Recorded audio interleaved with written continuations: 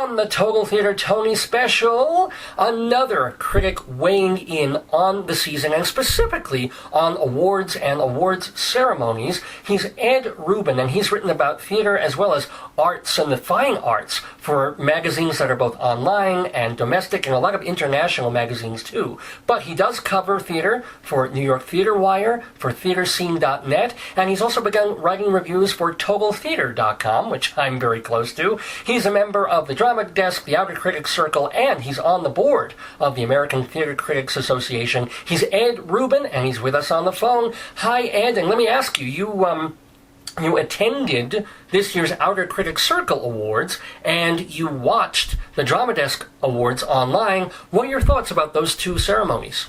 Well, I'd like to start it this way. First of all, I don't consider myself a theater critic.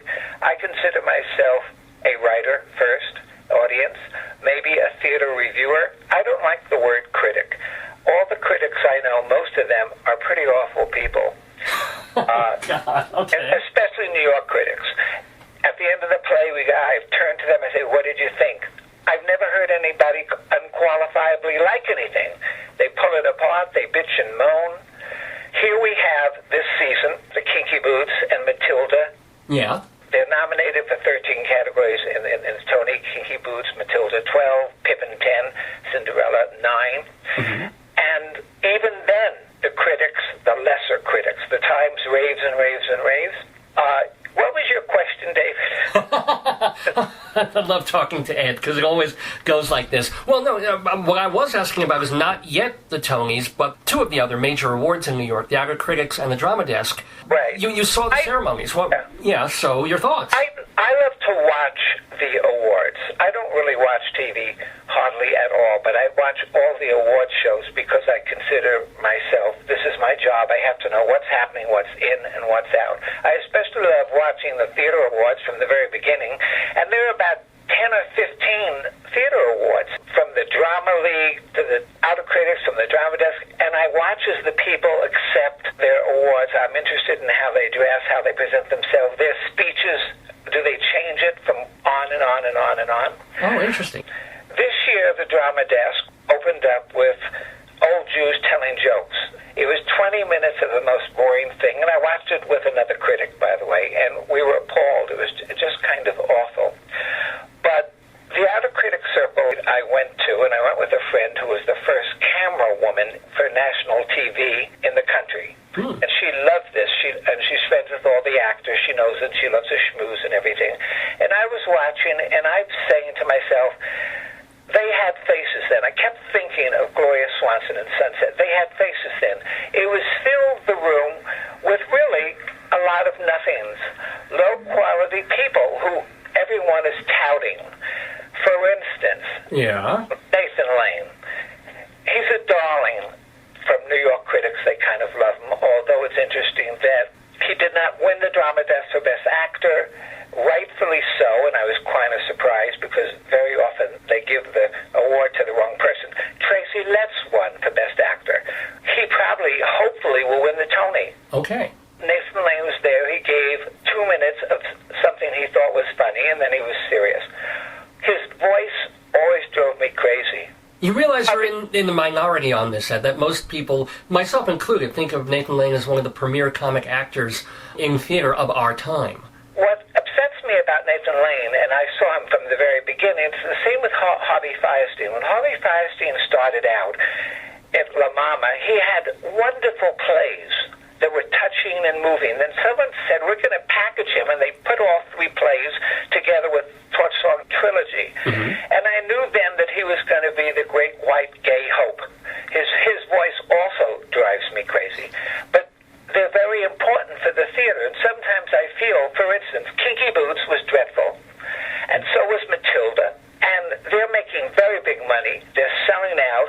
The powers that be behind that, they're going to travel this around the country. So it's going to win a lot of awards. That's what it's interesting. Well, can I ask you, Ed, let me ask you, let me qualify your statement, because I've heard up and down on Matilda, because there are people who hate Matilda, as you do. Why do you find those two musicals dreadful?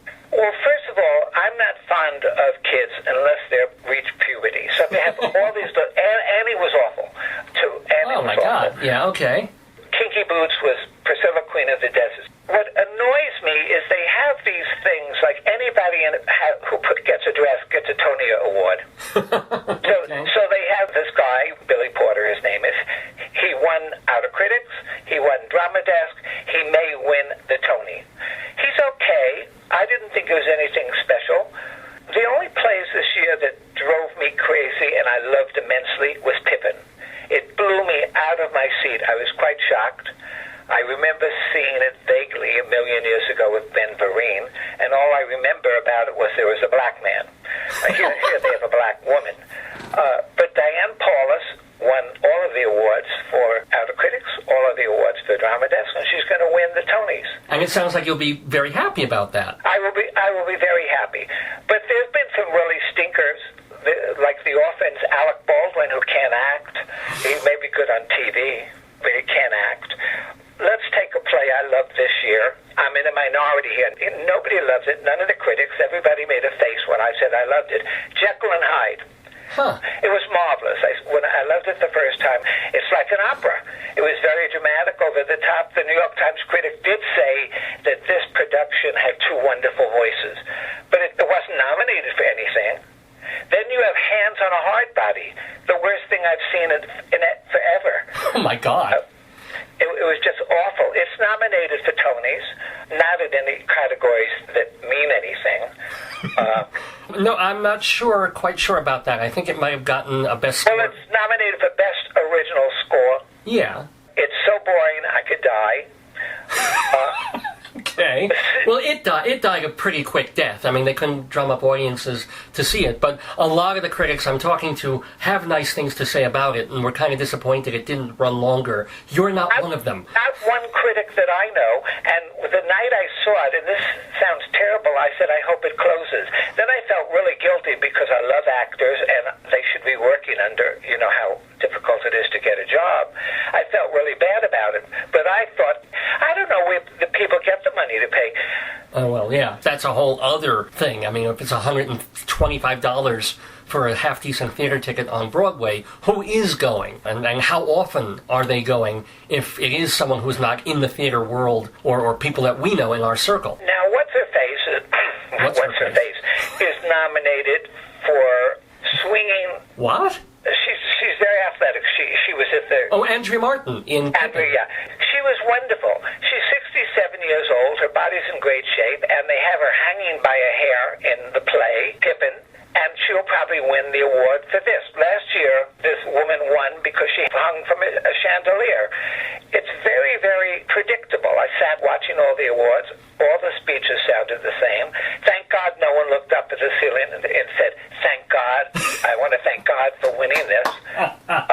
The most wonderful thing at the Outer Critics was Cecily Tyson, who's 82. You have the exact age on that, because a lot of the critics have been kind of speculating. It's been said she's 79, she's 89, she's 112. You're saying she's 82. I read 88, but then I looked up today because someone said no on Wikipedia, and she was born in 1933. Okay. And she's going to win the Tony. I can't see anybody else winning the Tony. She has three things going for her. One, she hasn't been on the stage in 30 years. Mm-hmm. Two, she's black, and a lot of people get very weepy and liberal. And she turned in an amazing performance. Oh, well, it should be 3, 2, 1, man. That should be number one, but yeah, okay. Well, I was going backwards, it's the Greek in me. Gotcha. Well, I don't even want to... of all the people that I'll be talking to or have talked to on this show, you are certainly Ed Rubin, the most outspoken. So if people want to read Ed Rubin, and I suggest you do, catch him on NewYorkTheaterWire.com, TheaterScene.net, also, of course, writing reviews for TotalTheater.com and a bunch of other places. Ed Rubin, give me one last thing. I've got to say one thing. Sure, what? Best performance of an actress, a featured role, should be Victoria Clark in Cinderella. I did want to say that Broadway is filled with 10 blondes that all look the same. Okay. And sound the same. It's all interchangeable. As I told the person I was with last night, she said, well, don't you love these people? Isn't it interested? Don't you want to talk to these people? And I said, most of the people that I would be interested in talking to are dead, which is true. Well, that's actually a shame. Because if you can't find special people, even among a lot of the wonderful people, and I think a lot of them are wonderful who are nominated. I'm sure that you could tell me who is wonderful, and I would believe you.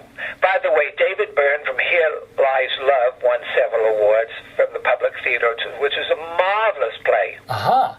But you had to stand 90 minutes. I didn't mind, but a lot of critics complained that they had to stand during the play because there's lots of scenery that's being shifted around and you had to follow the scenery on the floor. They were platforms, but it was marvelous about the rise and fall of the Melda markers. So I think that was one of my highlights of this year in general, that and Pippin, which is terribly commercial, but wonderful.